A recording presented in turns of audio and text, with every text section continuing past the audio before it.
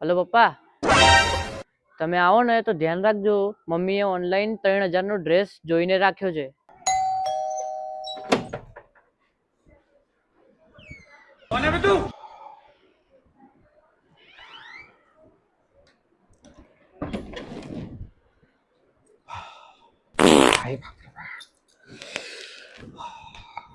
એ હું શું કહેતી હતી?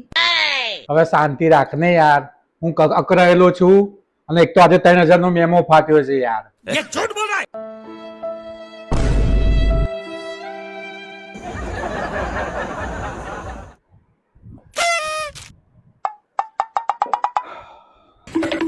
પપ્પા લાવો 100 રૂપિયા લો. अबे साले ખાલી એક ફોન કરવાના 100 રૂપિયા.